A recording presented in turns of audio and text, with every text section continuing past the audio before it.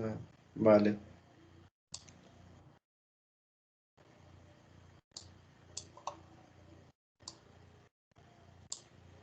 Vale, vale. Pero un ratillo.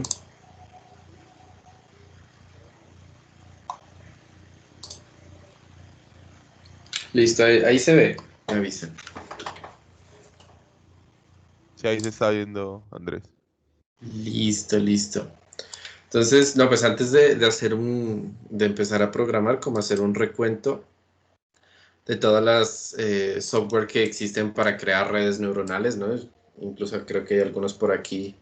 Pues están los más conocidos que son TensorFlow y PyTorch, pero dentro de estos hay unos que yo incluso creo que Tiano ya no tiene soporte, ¿no? Y Café 2 creo que fue absorbido por PyTorch.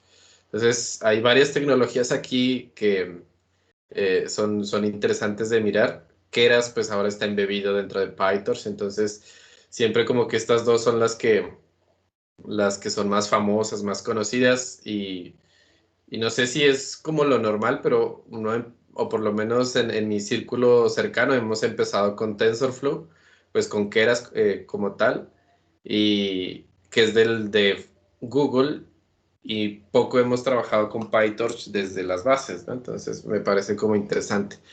Otro que me parece interesante, que la verdad no lo he tocado, es este de CNTK de Microsoft. La verdad nunca he tenido como la oportunidad y sería interesante ver, mirar cómo ellos es que lo desarrollan ese framework, ¿no?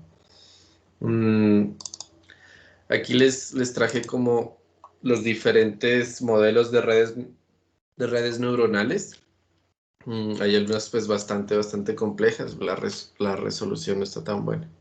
Pues lo más básico, un perceptrón, ¿cierto? Que yo creo que este perceptrón incluso se puede programar con scikit-learn.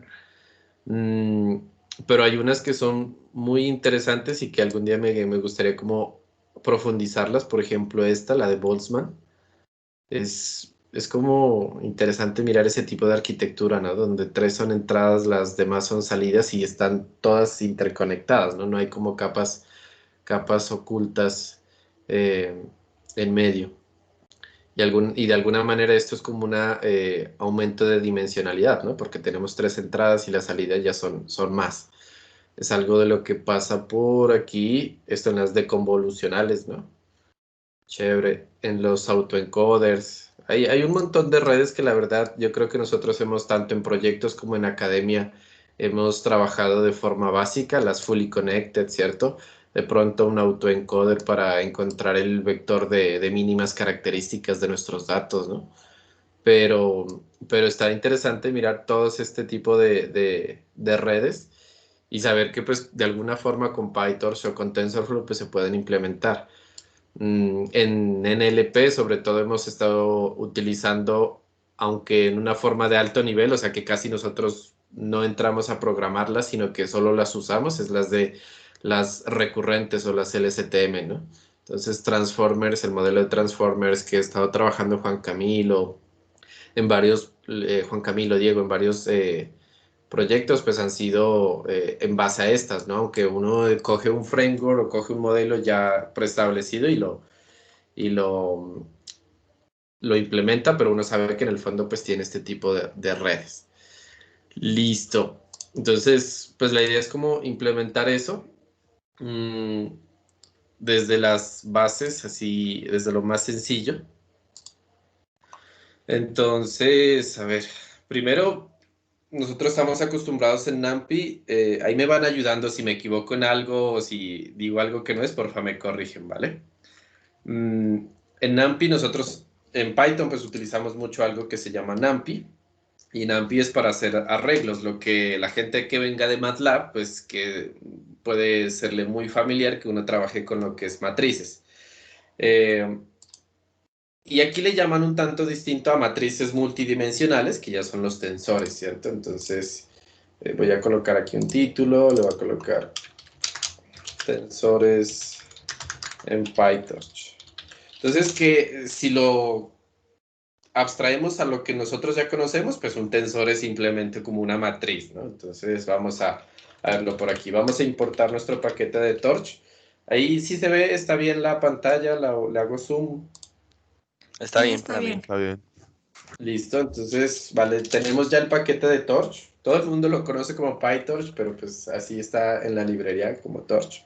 No sé si tal vez este paquete a lenguajes de bajo nivel como C, C, ANSI, puede que también exista. Y es como literal como NumPy o como en MATLAB uno crea matrices, sino que pues uno llama primero al paquete de Torch y le dice, bueno, voy a crear un vector aleatorio o una matriz aleatoria o en este caso, como le llaman aquí, un tensor aleatorio. Creamos un tensor aleatorio, por ejemplo, de 2 dimensiones, de 2 por 3. ¿Listo? Lo creo y ya, ahí está, ¿cierto? Entonces yo puedo revisar cuál es su tamaño.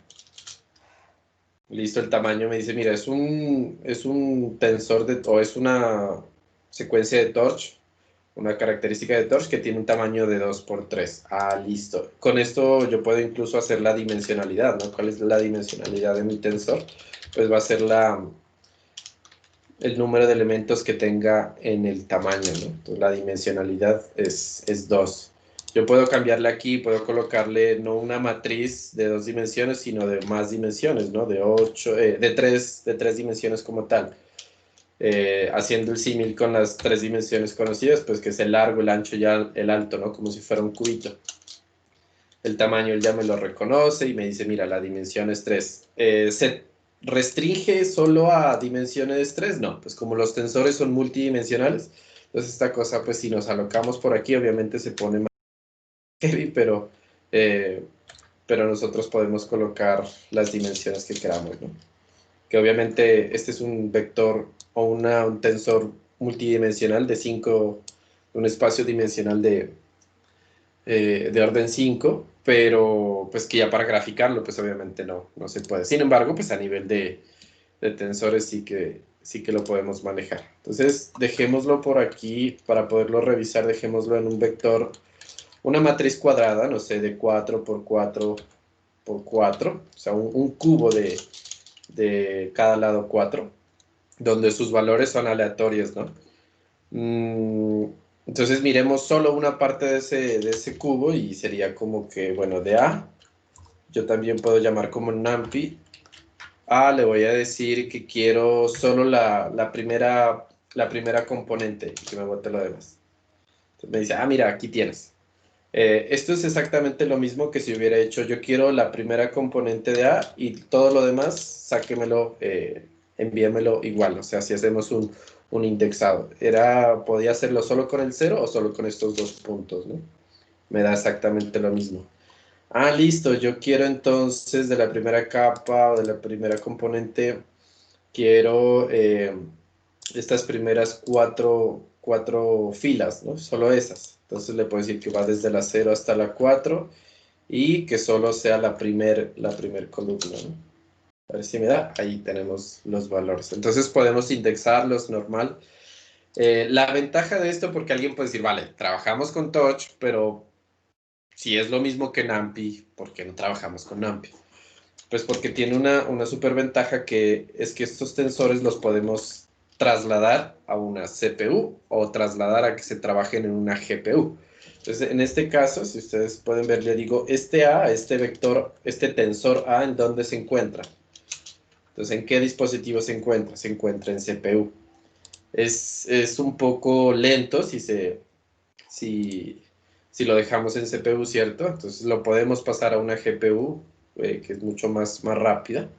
Pero miremos si la tenemos disponible. Entonces aquí ya viene, bueno, de Torch, le voy a decir que el paquete CUDA y le voy a preguntar, ¿tenemos disponible alguna GPU?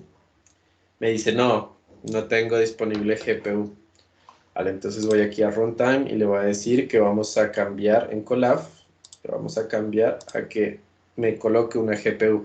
Algo de lo que he querido intentar, he querido probar es esto de la TPU, porque hasta ahora no lo he utilizado y no sé cómo, ¿no? Entonces, si alguien de pronto lo logra encontrar, genial que nos pueda compartir. Ok, GPU. Está reiniciando la máquina porque está cambiando. Y vamos y corremos todo como lo tenemos hasta ahora. Recuerden que esto estaba en falso. Ahora ya me dice, listo, ahora ya tienes una GPU. Tan fácil fue instalar una GPU ahí. Ok, ya la tenemos. Y voy a colocar aquí una variable que se llame motor, simplemente como para decirle, si tenemos GPU, mande todos los tensores allá. Si no tenemos GPU, pues déjelos en donde le toca, pues que es la CPU. Y esto es fácil diciéndole, bueno, vamos mm, a colocarle aquí de torch el dispositivo. El dispositivo lo podemos seleccionar, le podemos decir, utilíceme CPU o le puedo decir, utilíceme CPU y ya quedaría seleccionado que esto sería la CPU que vamos a predeterminar, o le podemos decir, utilíceme la GPU, que sería pues con la palabra CUDA. Pero en un ambiente donde a veces sí tenemos, lo llevamos a otra máquina y tal vez allá no tenemos, pues esto lo tenemos que hacer de forma más automática, ¿no? Entonces le voy a decir que le coloque CUDA, una GPU, siempre y cuando, pues, Torch CUDA esté disponible, ¿no? Siempre y cuando esto sea, si hay una GPU, pues que le coloque CUDA. Y si no hay una GPU, pues que le toca que se quede con la CPU, ¿cierto? Y todo esto pues lo coloco aquí en la variable motor. Listo. Vamos de acuerdo ahí. Entonces voy a crear un vector X, un tensor X. Le voy a decir, vale, de torch voy a crear un vector, un tensor, se me viene mucho la palabra vector, no sé, se me ocurre un aleatorio de tres filas, 5 columnas, ok. Listo, ya lo tenemos, incluso aquí lo podemos mirar. El tensor aquí está aleatorio de 3 filas, 5 columnas, genial, es un tensor.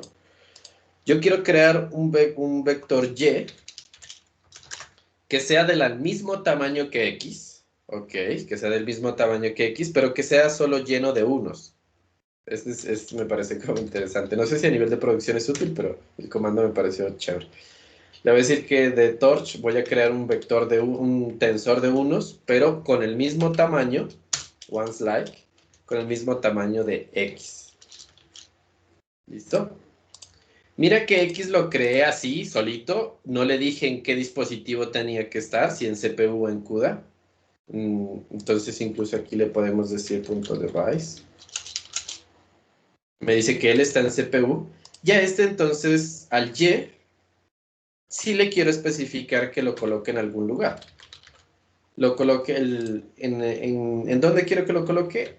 En motor. Motor, recuerden que nos coloca, si tiene GPU nos coloca CUDA, y si no tiene GPU pues nos coloca la CPU. Listo. Lo corro. Ahí está implementando en GPU, espero.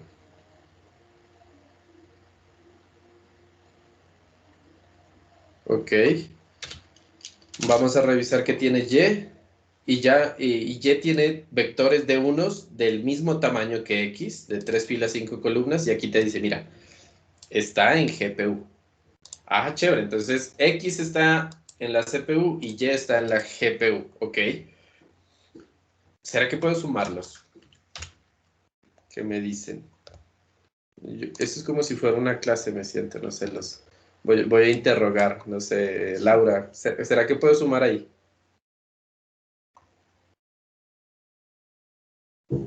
¿Qué, profe? ¿Que si se puede sumar? Yo creería que sí, tienen el mismo tamaño. Son tensores, ¿cierto? Sí. A ver, miremos. Me dice que no. El dispositivo, sí. Porque están en distintas partes. X está en CPU y Y está en GPU. Entonces, por eso es que no se pueden sumar. Pero matemáticamente, pues no habría problema, ¿no? Entonces, ¿qué hacemos? Porque el X está en CPU. ¿Lo podemos pasar a GPU? Sí. Entonces le voy a decir que X se va a renombrar, se va a recrear, pero le voy a decir que es el mismo X, pero trasladado hacia nuestro motor. Hacia CUDA, pues, que tenemos, ¿no? Listo, está. Y ahora sí ya puedo hacer X más Y. Y ahí sí ya ya tengo la suma de estos. Ya se pueden sumar y se quedan todos en GPU. ¿Vale? Vale. Yo tengo una pregunta, Andrés. Ujú. Si el motor está en GPU en estos momentos, ¿no? Sí. Ujú. Cuando entonces nosotros creamos cualquier variable, se va a poner en CPU de forma automática, porque la X, Variable como tal, sí, en CPU de forma predeterminada, ¿no? eso, predeterminada. O sea, que mi pregunta va, si yo trabajo en CPU, de nada me serviría ponerlo en GPU el motor, si me hago entender, o sea, o tengo que poner todas las variables así que estén en el motor para poder trabajar con la GPU. Ya, para poder trabajar con la GPU, si las variables que vayas a utilizar, por ejemplo, el dataset que tengas de entrada, pues todo hay que moverlo a GPU para que sea Ya, más rápido. ok. Creo, no estoy mal, sino que no recuerdo cuál es. Hay un comando que uno le dice, cambia eso predeterminado. Le dice, bueno, torch, todos los tensores que me vaya a crear, mándemelos para la GPU. Sino que no recuerdo cuál es. Ahí sí, si lo encuentran, me ayuda. Porque el predeterminado es CPU. Pero pues eso se cambia. Ok, gracias. Andrés, ¿Listo? pero así uno defina, por ejemplo, en este caso en el Colab, el motor como GPU, igual Ujú. cualquier variable se sigue mandando a la CPU. Cualquier Variable variable creo que sí. Los tensores es que los envía para GPU. Porque pues si hay los aquí envía una para diferencia. CPU, mejor dicho. Lo que se defina como tensor, si le colocas el predeterminado de GPU, se van a guardar en GPU y te va a aparecer aquí este letrerito de que está en CUDA. Sí. Pero sí, Así el entorno esté definido en GPU. no, es que no te entiendo muy bien, Diego. Pues, o sea, bueno, mi pregunta es, no sé si de pronto sea pues una pregunta muy boba, pero, o sea, cuando vos definís un entorno, por ejemplo, en este caso en Colab estás trabajando con un entorno de GPU, Sí, cualquier variable que tú definas se guardaría en GPU o se va para la CPU. Pues aquí le dimos el runtime de que se quede en GPU, ¿no? Pero aún, sin embargo, por defecto me los está guardando en CPU. CPU, ya.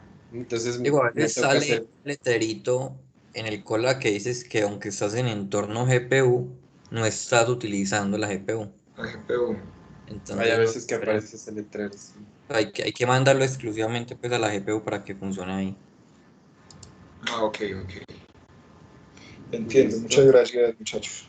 Vale, eso es como para crear tensores, que es con lo que trabaja Torch, ¿no? Y en el fondo, TensorFlow, pues también es eso en lo que trabaja. Mm, entonces, con eso en mente, digamos que ya estamos capacitados con tensores. Vamos a crear una red neuronal. Vamos a ver, crear capas. Crear capas de red neuronal.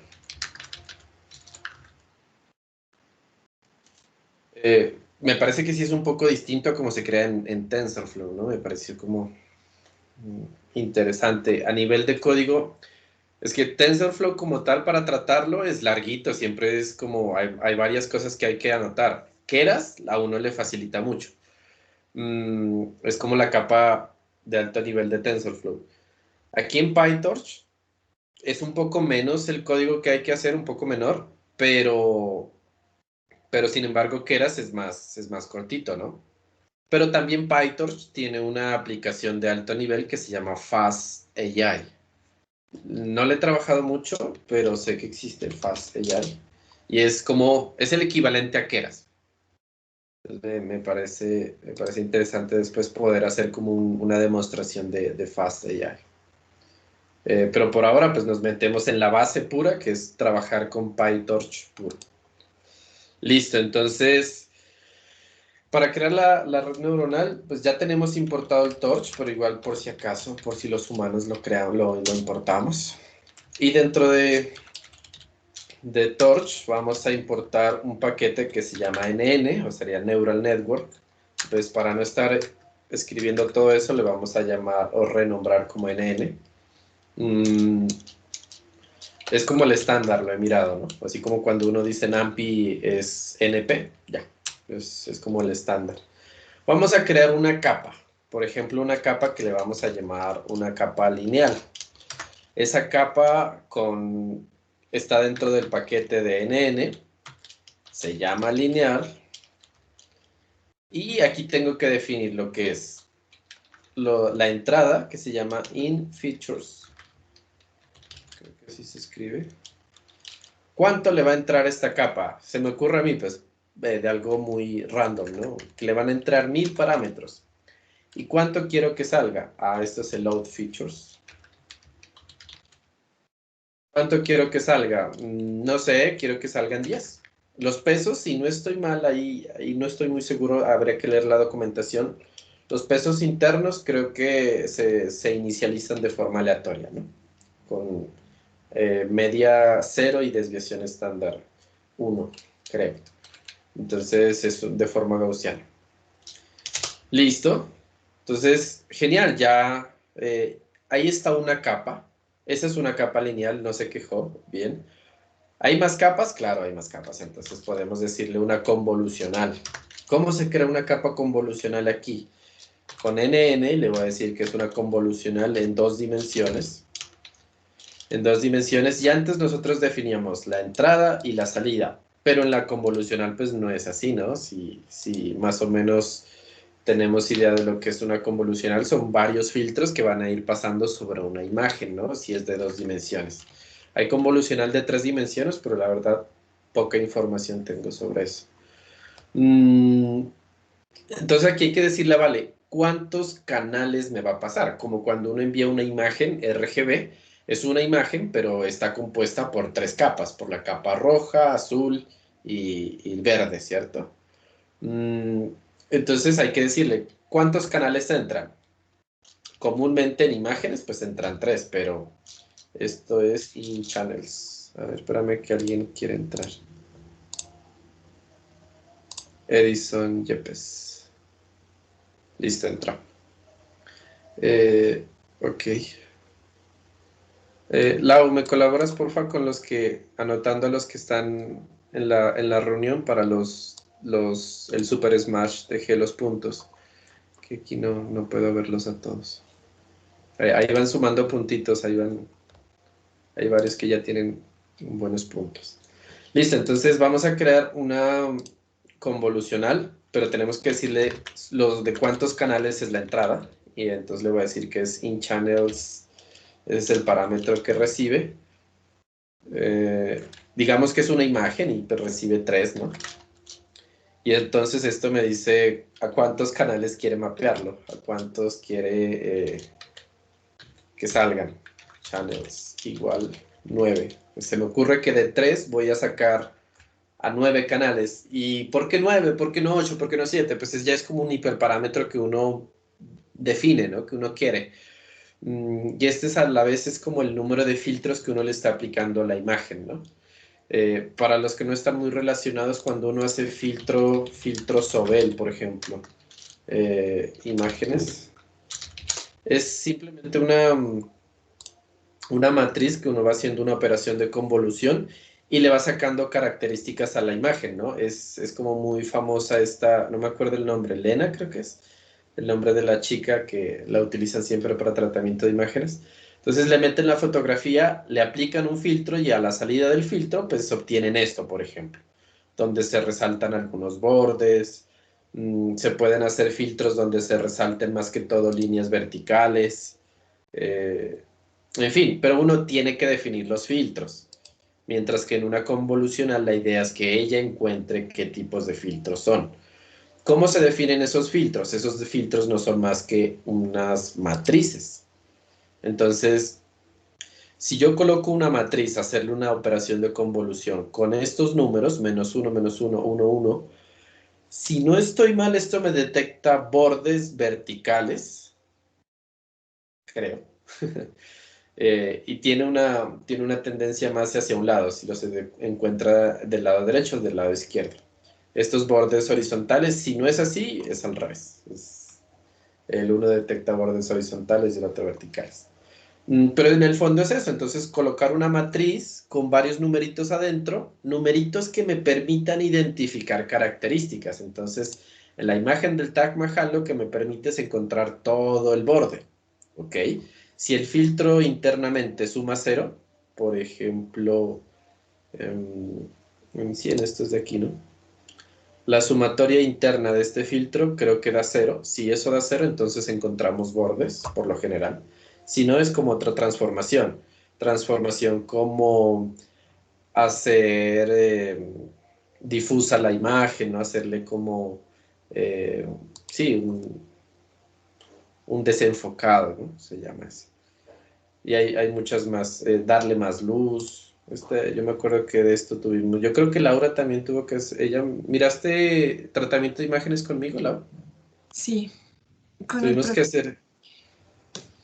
Sí, con el profe Chicane. Tuvimos que hacer varias de estas cositas, ¿no? Sí, vi. Y era interesante como que, miremos, vale, aquí es la misma imagen, pero unos filtros detectan líneas en una dirección y otros detectan líneas en otra dirección, ¿no? Entonces las transformaciones que podíamos hacer era aumentarle de luz, disminuirle de luz o detectar bordes. O sea, la combinación es infinita y por eso es que se lo dejamos esa tarea ya mejor a la capa convolucional.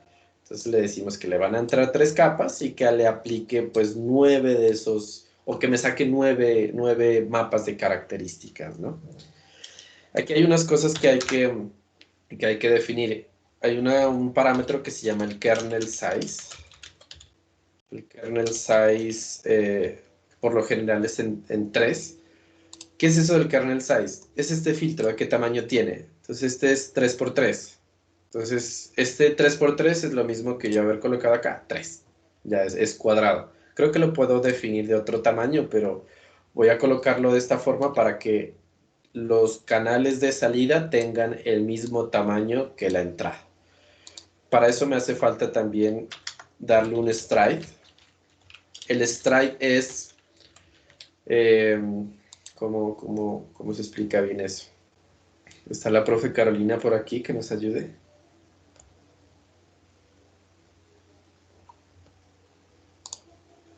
Es como el paso, ¿no? El paso que se va aplicando el filtro. Si uno quiere Sí, saltarse de A2 o de A3, pues el straight es eso, el paso. a ver, por aquí lo podemos aquí mirar de forma visual.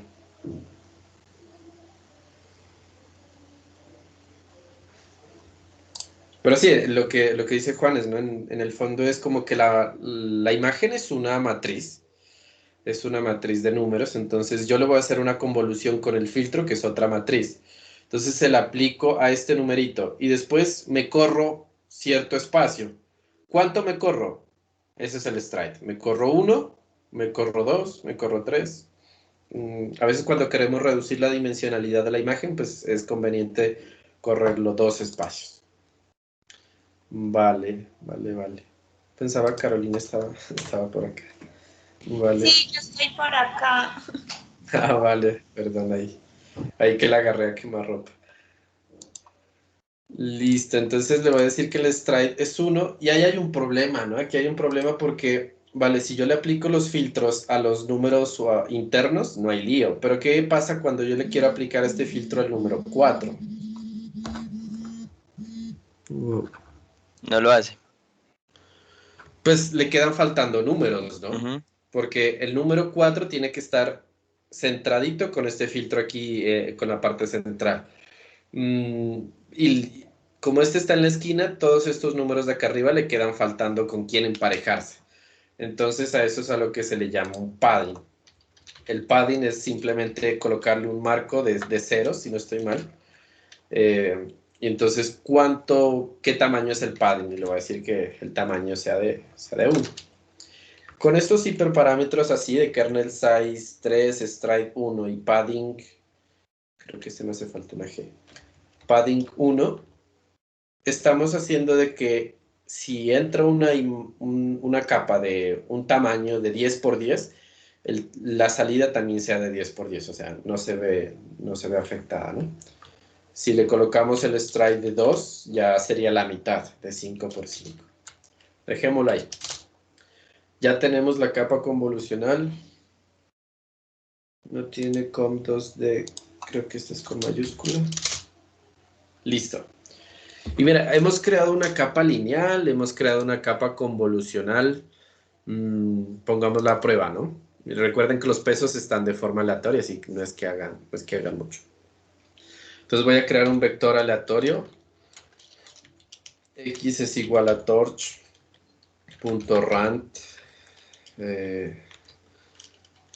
con distribución normal y que tenga 1000 valores, ¿no? ¿Por qué 1000? Porque lo quiero meter aquí a esta capa que se llama lineal.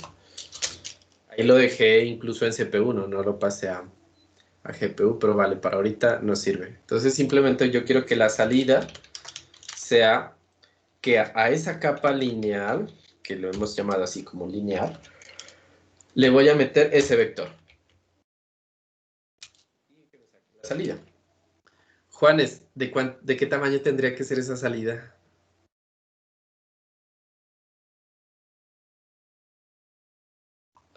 De 10. No. De 10. Sí, de 10. Porque la capa lineal tiene entrada 1000 y salida 10. Entonces, le estoy entrando un vector de tamaño 1000, la salida tiene que ser de 10. Entonces, miremos 1, 2, 3, 4, 5, 6, 7, 8, 9, 10. Ahí está. Ya hizo la operación interna, pues recuerden que tiene pesos ahí aleatorios. Entonces, simplemente es como para mirar que ya está, ¿no? Ya está la capa. Pero si ustedes se dan cuenta, esta capa lineal, que es la misma que uno llamaría la fully connected, y esta capa convolucional, o sea, están solas, están en el aire, o sea, no forman parte de una red neuronal, sino que simplemente son las capas sueltas. Entonces, una red neuronal son varias capas de estas interconectadas. Es la idea de crear una red neuronal, ¿no? Entonces, y aquí nos falta algo que se llama las funciones de activación. Entonces, en funciones de activación, ustedes recuerdan que hay la función ReLU, la función sigmoide, la función tangente hiperbólica. Pues depende de la aplicación que uno le quiera dar, hay varias funciones. ¿Dónde se encuentran estas funciones? Esto se encuentra en Torch, en el paquete torch.nn y en una parte que se llama functional. Y el estándar en la industria es que lo importan como una F mayúscula. Es el estándar en este tipo de programación, no solo de industria. Listo, entonces, si yo quiero una ReLU, le digo f.ReLU. f.ReLU de esa salida que yo tenía ya allá arriba. Y entonces a la salida de la capa lineal yo ya le estoy aplicando una ReLU aquí. Recuerden que la ReLU es todos los números positivos los deja pasar, 0.15, 0.15, o sea, tiene una pendiente 1, los deja pasar, pero los números negativos los aplana a 0, ¿no? 0 menos 0.5 lo aplano hacia 0. Ok. Ahí aplicamos una función ReLU. Creo que computacionales como las que más eficiente es, así que genial. Entonces, vamos rápido a crear nuestra red neuronal. Ahora sí vamos a crear red neuronal. Allá lo que estábamos haciendo era simplemente crear capas, no estábamos creando la red. Entonces, aquí se crean una forma de crearlas, no es la única, pero es crear una red neuronal dentro de una clase. Y entonces a esta clase le voy a llamar que se llame net, pues de red, ¿no? Esto siempre tiene que heredar de un paquete que se llama de Torch, que se llama nn.module. Y ahí, class, ¿por qué no me dio? Pues ahí debería cambiar de colorcito. Este creo que es minúsculo. Ahí sí ya. Entonces aquí hay unos, no sé cómo se le llama esto, hay los que sepan programar bien a bajo nivel sobre todo. Hay unas funciones que ya vienen predeterminadas en la clase, ¿no? Por ejemplo, la función init, que es todo, cada vez que se llama la función. Sí, el constructor. Sí, el método constructor. Vale, sí. Yo constructor lo había escuchado, pero en Java. Entonces, sí, debe ser como, debe ser este el nombre, ¿no? Sí. Entonces, vale, tenemos la función init. Ahí, ok. Le voy a colocar aquí, pues vamos a crear una red neuronal si nos da el tiempo, aunque bueno, esto lo podemos partir en varias partes, en varios videitos. Vamos a crear una red neuronal que me identifique el lenguaje de señas, pues si alguien dice el número 1 con la mano, pues el número 2, pero eso que sea una foto. Entonces, como es una foto, vamos a mandarle el número de canales aquí como parámetro. Entonces, apenas se inicia esta cosa, aquí la documentación de PyTorch nos dice que tenemos que inicializar la clase padre, que le llaman aquí. Entonces, tenemos que darle supernet y que se inicie pues así mismo. Creo que estos son comandos pues como muy de solo una vez y que no tenemos que estar modificando mucho. Y entonces le agregamos a una variable propia de la red de esta clase, le vamos a agregar self.numChannels, pues que se guarde esa variable que le acabamos de pasar, ¿no? Esto ya es que quiere decir que se quedó dentro de la función. ¿Listo? Solo es como un parámetro que vamos a estar variando, entonces para no estar escribiendo 20 y después cambiar aquí 20 y acá 20, ¿no? Sino que cambiamos 20 en un solo lado y ya. Entonces vamos a crear capas. Vamos a crear capas, por ejemplo, vamos a crear la primera que sea una convolucional, le vamos a llamar convolucional 1. Viene del paquete de NN, convolucional, ya aprendí que es con mayúscula. Es una convolucional de 2 dimensiones. ¿Cuánto recibe esto de entrada? ¿No? Recuerden que aquí es el parámetro de canales de entrada. Si es una imagen, pues recibe 3 canales de entrada. ¿Y cuánto quiero que salgan? Entonces aquí es donde ya me aprovecho de esa variable que tengo acá de numChannels, ¿no? Entonces self.numChannels. Entonces quiero que entre una imagen de 3 dimensiones y que me saque la cantidad de filtros que yo haya predefinido antes. Como esa cantidad puede ser variable, por eso lo colocamos en una variable. Y no quiero que me cambie el tamaño, entonces voy a copiar esa configuración por acá arriba. De aquí de kernel size 3, stride 1 y padding 1. Quiero que me la deje igualita. Listo. Voy a hacer otra capa convolucional, se me ocurre a mí, no sé. Voy a hacer 3 capas convolucionales. La convolucional 1, la convolucional 2 y la convolucional 3. Si esta es la primera capa, la convolucional 1, y le sale, este es el tamaño de su salida, entonces aquí yo debería cambiarlo, ¿cierto? A este ya no le entran 3, a este le entran, la salida de una capa se convierte en la entrada de otra capa. Voy a separar esto ahí para que sea más claro. Entonces, a esta convolucional 2, su entrada tiene este tamaño. Y su salida, ¿cuánto quiero que sea su salida? No sé, se me ocurre que su salida sea el doble de la entrada. ¿Listo? Por eso multiplicado por 2. Esta salida se convierte en la entrada de la otra capa convolucional. Y quiero que sea la salida de este, quiero que otra vez sea 2 veces la entrada, que es por 2 por 2 o lo mismo que pues por 4.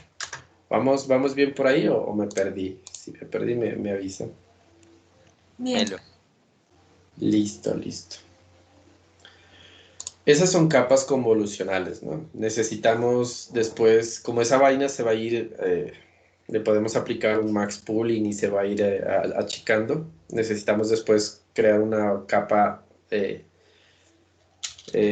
fully connected, que recuerden que habíamos llamado que esa fully connected era la lineal, ¿no? Entonces voy a crear aquí otra capa, self.fullyConnected1 es igual a, del paquete de NN le voy a llamar que sea una capa lineal, Pero necesito colocarle aquí cuál es la entrada y cuál es el tamaño de entrada y cuál es el tamaño de salida, ¿no? Hasta ahora no lo sabemos.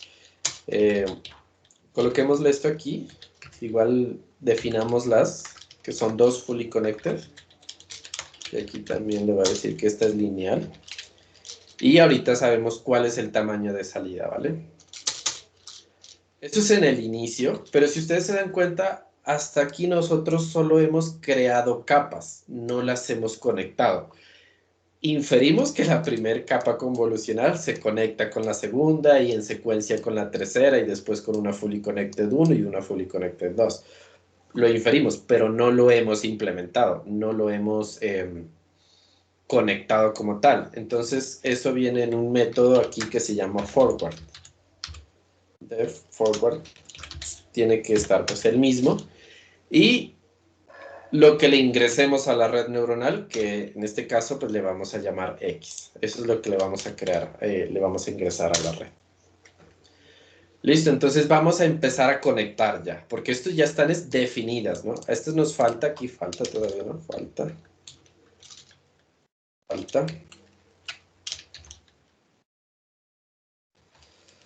Falta definir sus parámetros de entrada y de salida, pero es que necesitamos saber como que en qué tamaño llegan. Ahorita lo miramos. Pero están las capas sueltas, las vamos a empezar a conectar. Entonces vamos a conectar las convolucionales. Vamos a decirle que X, X, que es lo que le entra a la red neuronal, ¿no? X se va a ver entonces modificada por una capa convolucional que le hemos llamado la self-conv1, ¿cierto? Y se le va a ingresar su parámetro X. O sea, simplemente lo que hemos hecho es que lo que le ingresa a la red neuronal se va a ver afectado por la capa convolucional 1 y me lo va a regresar otra vez en la variable X. Aquí nos hace falta como revisar qué tamaño va a tener esto. La imagen que le vamos a ingresar es de 64 por 64 píxeles. Entonces, si ustedes ven, acá ingresa una imagen o un lote pues, de imágenes, ¿no? de 3 capas y que tiene 64 por 64, ¿no? O sea, tiene un tamaño de 64 por 64 píxeles y tiene 3 capas. Cuando yo le aplico la convolucional 1, aquí ya entran 3, pero ya salen, la salida es otro tipo de tamaño en capas, ¿no? Se llama num channels, el tamaño de salida. Entonces, le sale num channels. Y dijimos que no íbamos a cambiar el tamaño de la imagen como tal, entonces sigue siendo de 64 por 64. Ok. Pero pues la idea es como ir reduciendo dimensionalidad, no nos quedamos con una imagen grandota, entonces para eso nos aprovechamos y hacemos un max pooling. El max pooling simplemente es como coger ventanas de la imagen y coger esta ventana de 2x2, de 4 píxeles de 2x2, cojo solo el máximo y creo una imagen a partir de solo escoger los máximos en una ventana. Entonces ese max pooling viene aquí del paquete funcional de Torch y ya viene pues preconfigurado, ¿no? Max pooling de 2 dimensiones. ¿A quién se lo voy a aplicar? A la variable X. Y quiero que pues lo reduzca a la mitad, ¿no? Por eso el 2 aquí. Entonces aquí ¿de cuánto sale? Va a salir igual de num channels. El número de canales sigue igual, pero su tamaño en la imagen sí cambia, ¿no? Su tamaño ya se va a reducir a la mitad, le queda de 32 por 32. ¿Y eso solo se hace en la capa convolucional? No, pues también se le aplica una función de activación. Y si se acuerdan, la función de activación es f.rel. Si se queja, será con mayúscula, pero creo que es así. ¿La relu le cambia el tamaño? No le cambia el tamaño. Solo si es positiva la deja pasar y si es negativa la aplana a 0. Listo. Esa es la primera capa convolucional. Le voy a aplicar la segunda. Voy a copiar pues para no demorarme tanto aquí. Entonces aquí está la segunda, ya no es convolucional 1, sino convolucional 2. La convolucional 2 tiene como salida no el número de canales, sino 2 veces el número de canales, ¿no? Entonces aquí yo voy a tener 2 veces eso. Y el tamaño se queda igual. Recuerden que el tamaño salió de 32 por 32, entonces se queda aquí de 32 por 32. El max pooling lo reduce a la mitad, entonces le voy a decir que el número de canales se queda igual y se reduce a 16 por 16. Andrés, una pregunta. Ajá, dime. Convencionalmente no se aplica primero la función de activación antes de hacer el pooling. No te sabría decir ahí la verdad. Yo creo que primero se le aplica el max pooling y después el relu. Pero Aunque de bueno, la por otra ser forma relu, también debe dar, ¿no? pues por ser relu no creo que haya alguna diferencia, pero sí, no sé, pues ahí consultamos después. Pero listo, Vale, gracias. habría que consultar. Listo, capa convolucional 2, hecha. Voy a la capa convolucional 3. Uy, madre, dije 3, hubiera dicho 2. Bueno, convolucional 3, aquí ya le sale el doble, que serían 4, ¿cierto? El tamaño se queda igual, aquí no es 32, sino que sería 16. O sea, si acá le salieron con 16, aquí se mantiene con 16. El max pooling es el que me lo reduce a la mitad de 16 pues será 8. 8. Aquí 8 y 8 también, porque la relu pues no le cambian nada. Listo, entonces, este aquí es 4. 4, 4,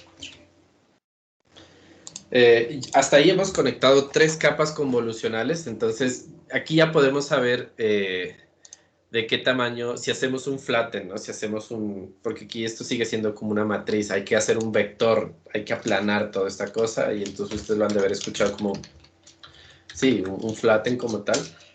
Y esto en PyTorch pues es relativamente sencillo. X igual a x.view. O sea, ese vector, a ver si lo buscamos por aquí, tensor flatten.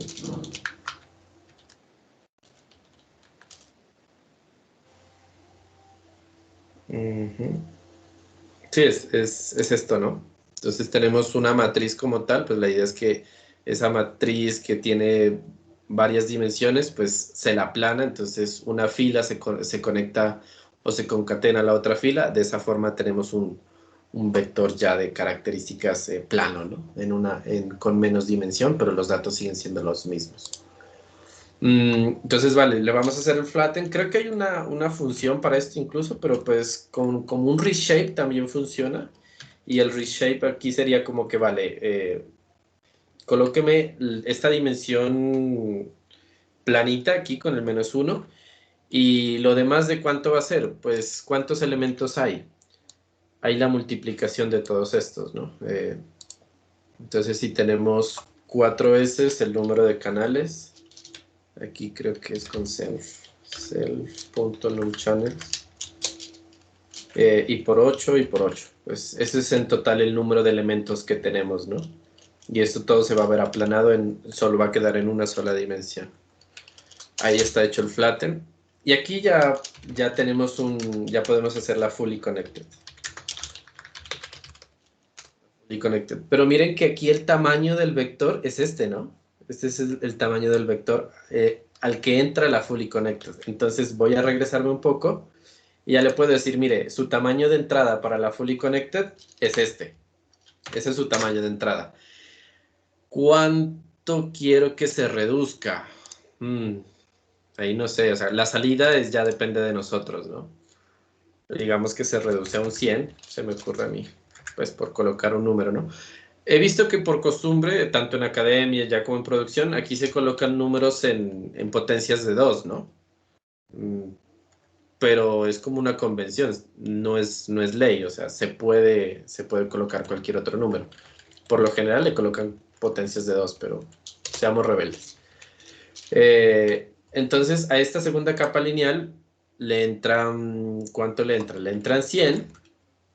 Y su salida van a ser 6 porque en el dataset que vamos a trabajar, pues son los números que pueden hacer con la mano, ¿no? Entonces, el 0, que sería el puño cerrado, el 1, el 2, el 3, el 4, el 5. Entonces, solo puede hacer 6 números con una sola mano. Esa sería la salida.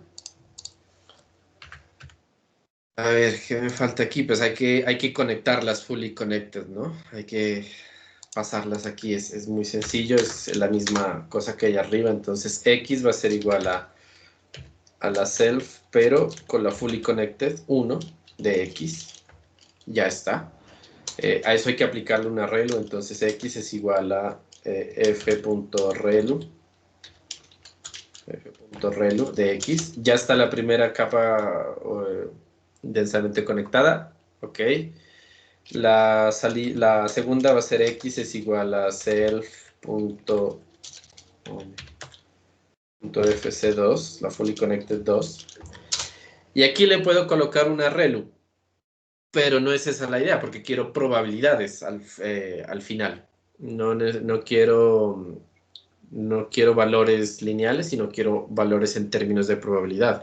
Entonces aquí ya no me conviene aplicarle una función de activación relu, sino una función de activación softmax, por ejemplo, ¿no? Sigmoide también podría servir, ¿no? Pero, vale, para efectos que esto se quede dentro de un simplex, que se quede acotado entre 0 y 1 la suma de todas las probabilidades, pues le vamos a colocar que será una softmax. Logaritmo de una softmax aquí, y le vamos a decir que esto le entra la X, y como esto le va a ir entrando por batch, por paquetes de datos, pues él tiene que saber cómo aplica este logaritmo a través de las filas o de las columnas. Entonces, por eso le decimos que lo aplique a través de las columnas, que es, cada columna es una clase, ¿no? Listo. Y aquí ya salgo de esta parte y le digo que al final de todo que me retorne X. La compilamos. Ay, no. ¿Y qué pasó? Dentro de forward. Listo. Y ahí hemos creado nosotros nuestra red neuronal en PyTorch. Yo creo que me pasé un poquito del tiempo, pero vale. No sé si hay dudas. Falta de aquí, yo creo que podemos, no sé si en la semana o les grabo un videito, por ejemplo, mirar, ahí está creada la red neuronal, pero nos hace falta entrenarla, ¿no? Nos hace falta entrenarla, pasarle el dataset. Siempre nos hace falta cositas. Yo busco por aquí y les muestro algo que yo ya tenía algo prehecho. Entonces, mira, este es el notebook que yo ya había estado preparando y es el dataset que queremos lograr, ¿no? Es un dataset de imágenes, por ejemplo, esta es la imagen 4, entonces vamos a crear una red neuronal que cuando le ingresen esta imagen, él diga, está diciendo el número 4. Hay varias cositas por implementar, por revisar, que de pronto pueden ser tediosas, pero sirven mucho para entender cómo funciona PyTorch, ¿no? Entonces, porque FastAI pues ya lo hace, en lo que he visto es como a uno le abstrae muchos temas. Miren que aquí uno empieza a hacer el entrenamiento y hace un entrenamiento bueno, hasta de un 98% de exactitud. Pero pues dejémoslo hasta ahí. Si quieren, me gustaría pues que quien quiera lo pueden replicar en sus notebooks, lo van aprendiendo poco a poco. Y hacemos una segunda sesión para que esta red que acabamos de crear la entrenamos. ¿Les parece? De una. Y sí, muy interesante, muy bacano, Andrés, de pronto pues continuar con la segunda parte. Y de Ujú. Sí, ahí casualidad, les dejé el abrebocas. sí, no, está muy interesante.